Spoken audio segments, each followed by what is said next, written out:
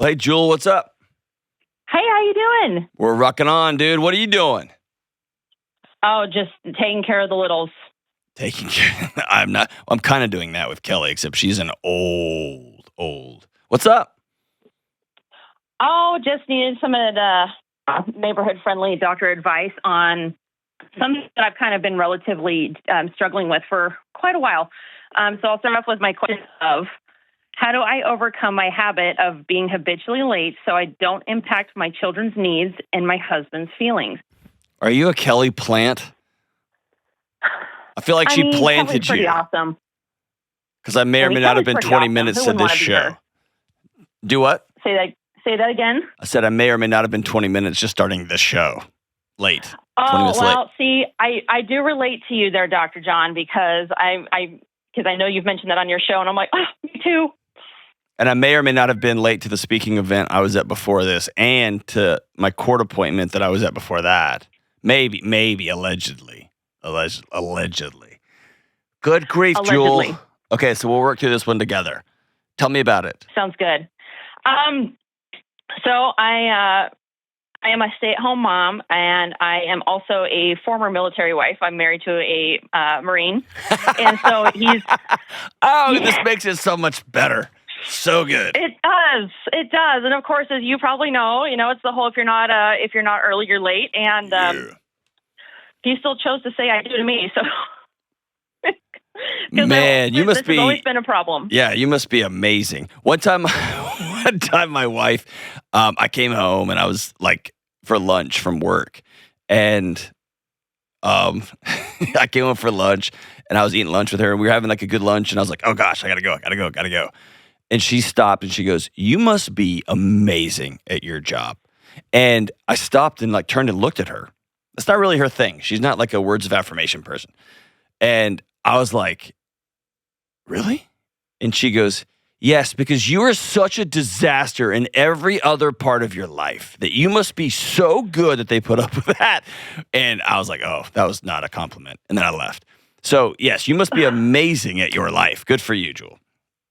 Oh, thank you. Thank you. I try. Here's the magic question. What does being late get you? Get me. And can you elaborate? Yes, being late, not paying attention to time. It gets you something. What is it? It gets me something. I honestly don't know, because it gets me nothing. All I know is that when I know I'm going to be late, I just feel deep shame, and I just feel so bad for whatever I'm having to make that phone call to be like, I've tried, but I'm not making it. But an hour earlier, what was your body getting? Because there's some benefit to it, or your body wouldn't keep doing it.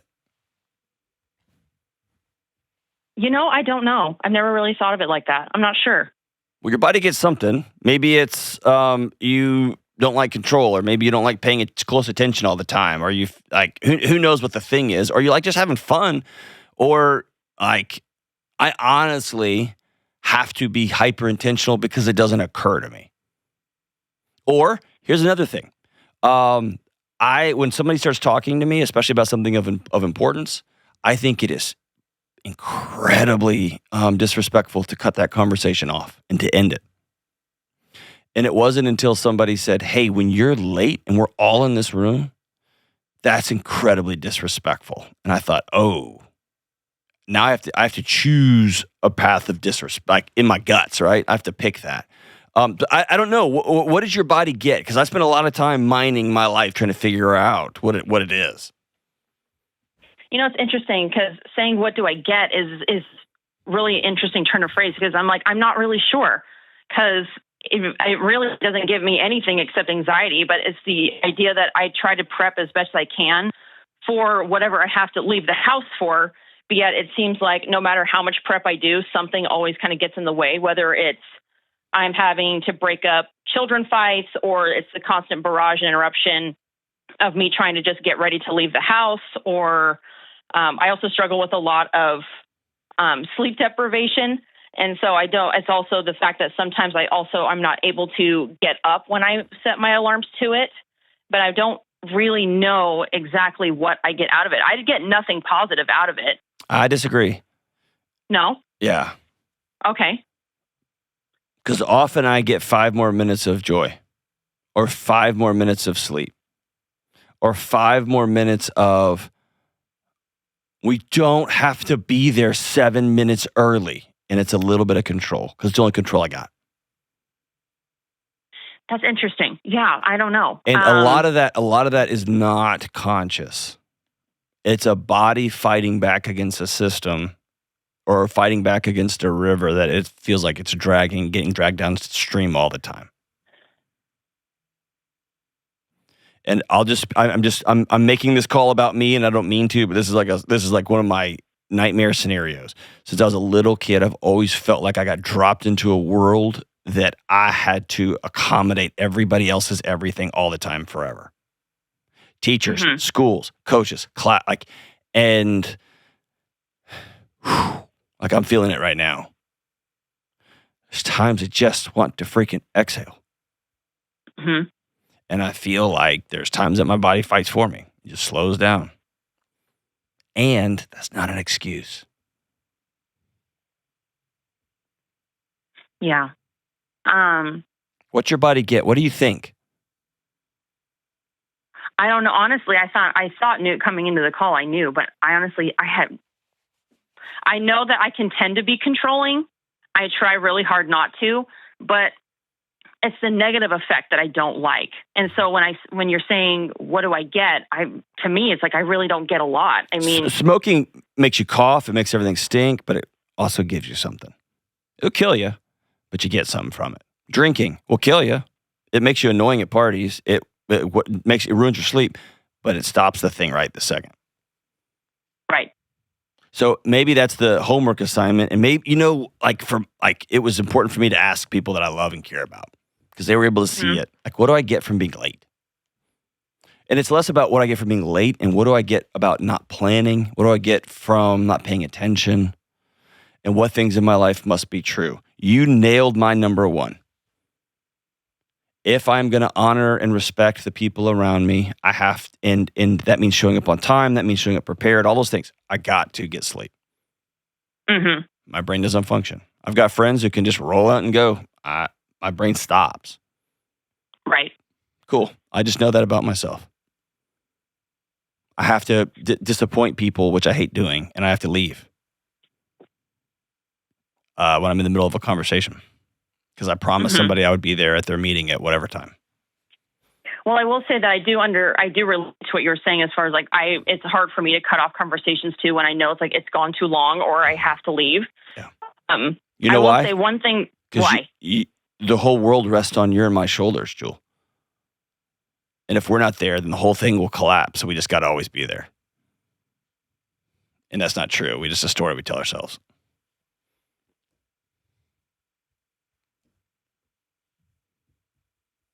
I never thought of it like that. Yes. Not sure if I quite get it. Yeah. All right. I interrupted you. What were you saying? I said, I'm not sure if I quite, as far as the whole, if we're not there, everything kind of collapses. I'm not quite sure. Okay. Or it's not at least resonating. Okay. Well, dig into that and ask your husband, ask a couple of your friends, what do you think I get out of being late? And just listen to what they have to think about it. I want you to change some of your language too. Okay. You absolutely can get up. Yes. You're not wrong. It was a direct, private backstage conversation that lasted about 30 seconds between me and Jocko. I can get up. Mm-hmm. I can go exercise. I can put my crap away the night before and be on time. And I don't know why that was a light bulb moment for me after I was already a grown adult with a full career, but it was. Mm-hmm. I will say that one thing that's always kind of struggled is, one thing that my husband says is, I used to work night shift, or I guess graveyard night shift, but for 2 years doing something very specific in the equine industry. And he says, ever since you did the night stuff, and you never really bounced back. And then we had kids. And I will say that once our kids came into the picture, my being late either was less, as far as less late, as far as showing up to things, or actually I was on time. But as of late, it's been harder and harder to hit the goal of getting somewhere on time.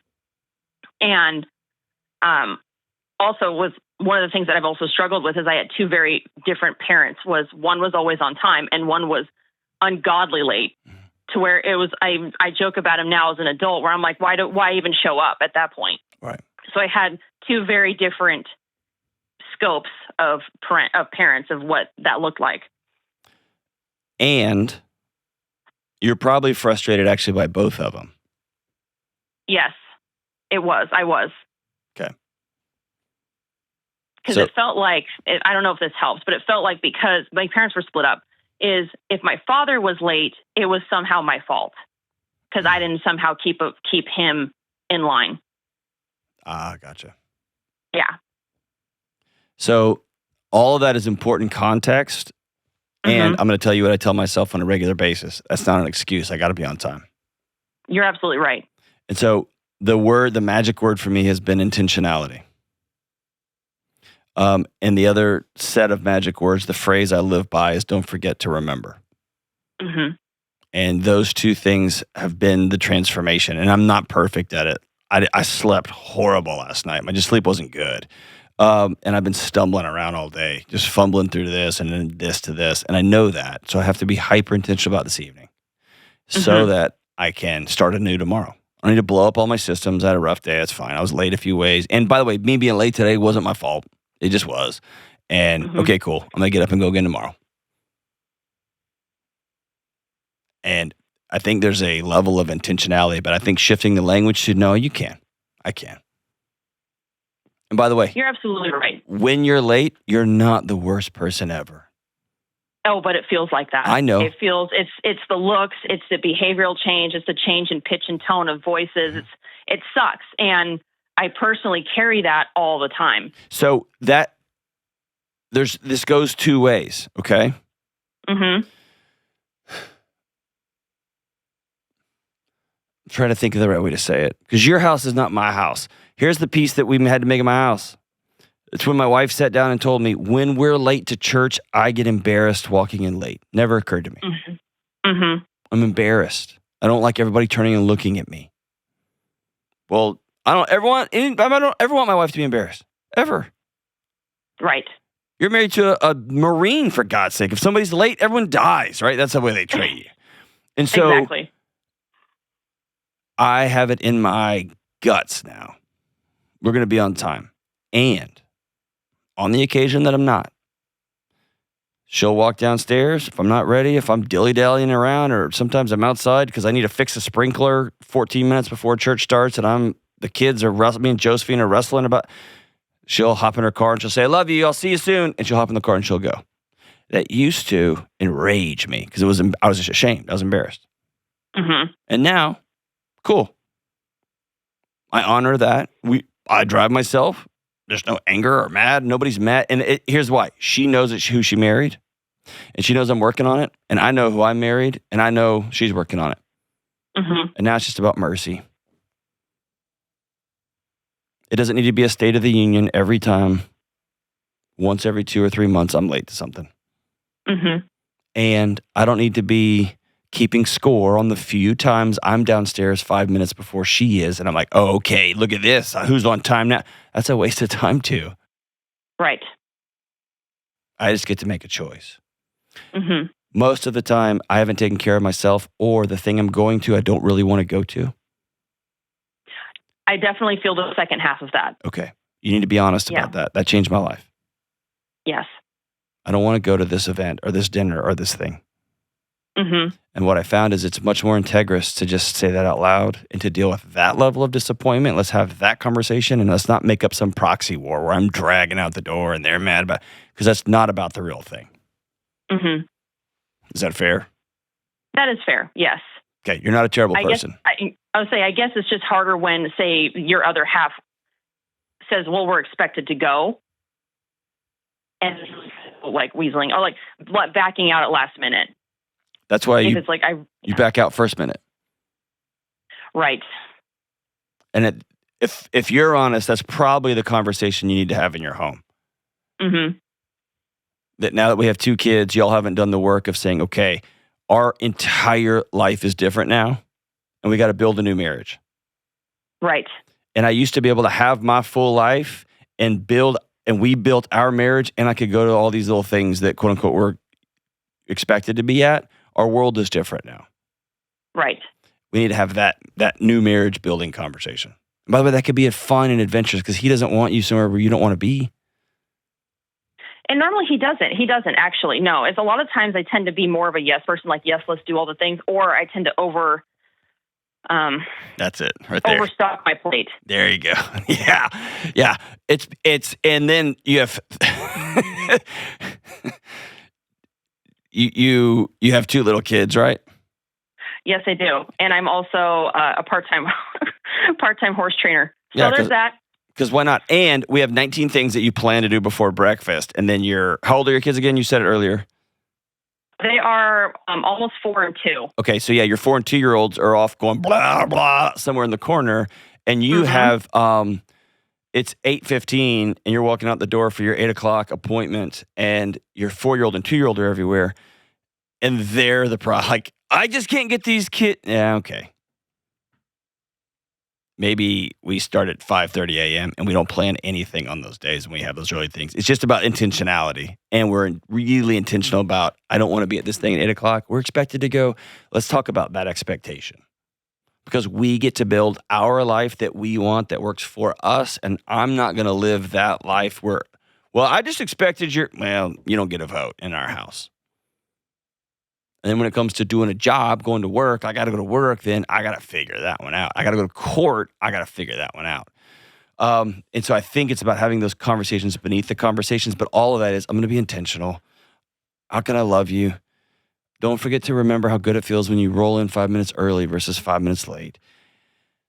And I can get out of bed. I can go exercise. I can skip my workout today so I can get to this important appointment on time. I can. And Jewel, this is me making a pledge. I'm going to keep working on it, and I hope you'll join me. We can be on time. And if you're listening and you love someone who struggles to be on time, keep loving them. It usually doesn't have anything to do with you.